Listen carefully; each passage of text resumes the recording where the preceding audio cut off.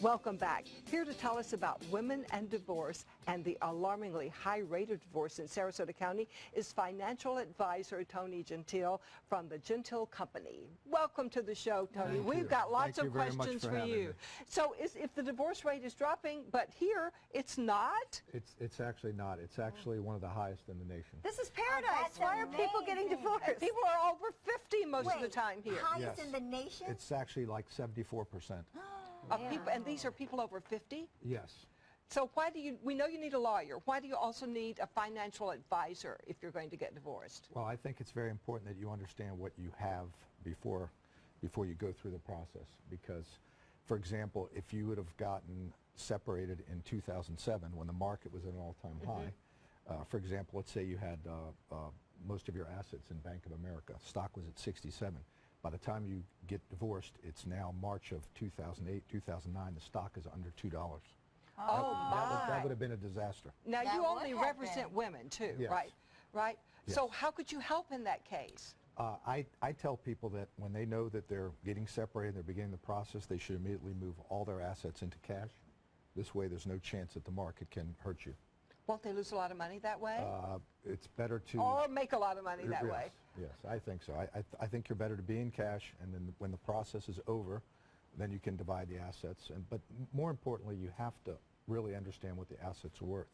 And an attorney doesn't do that. An attorney helps you with the settlement agreement, but you need someone who understands divorce and understands asset valuation, can help you with to value the assets of a business. For example, if your husband has a business, he may say for taxes that his business is worth X, when in reality it's worth Y, and you have to be very cautious about that because you only get one chance at a settlement. Yeah. So at different points in our marriages, I'm sure there are, different needs and ways to protect ourselves. Both Beth and I are, fairly newly married in both of our cases.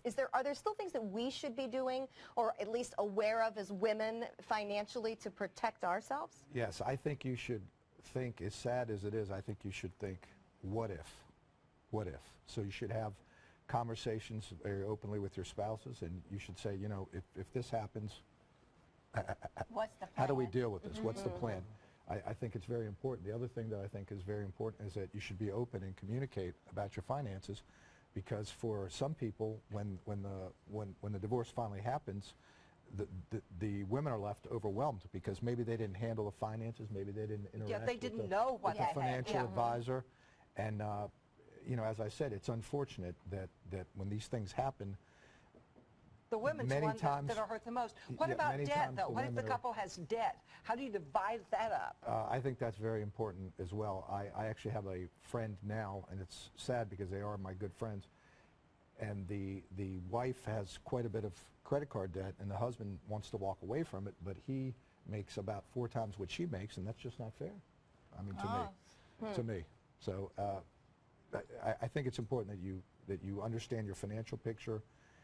And I also think it's important that in the beginning that you talk about these things, before you even get there, because as I said, no one plans to get divorced, but it happens And often. I've got friends in their late 70s and 80s that are now going through divorce, and they should have had a financial advisor when they got married, because they just let him handle everything, and now they're going to end up with nothing. Yes. And is there any way to protect against that? I mean, how do Linda's friends avoid that? I think you don't have to be wealthy to have some form of agreement. I don't think you have to be wealthy to necessarily have that. You can call it a prenup, just call it an advanced settlement agreement, just something that says, listen, before we got married, this was yours. I don't want anything that's yours. This was mine, but together we built this, and that's fair game. Can you do that after the fact? I mean, could either Beth or I still do that? Yes, you can. You can. You're all over that, aren't you? He'll start writing. He'll start writing. Yes. So it's mainly the woman that really ends up with a lot less than the man. I mean, don't get me wrong. There are some situations where a woman perhaps has an inheritance, so she neglects to tell her new spouse exactly what that inheritance is worth. These things happen as well. But I think more than anything else, I would say the women end up getting the short end of the stick. Yeah, because we don't pay as much attention. Well, thank you so much. Pleasure. Thank you for having me. more information, you can go to gentileco.com. Ask those questions before it's too late.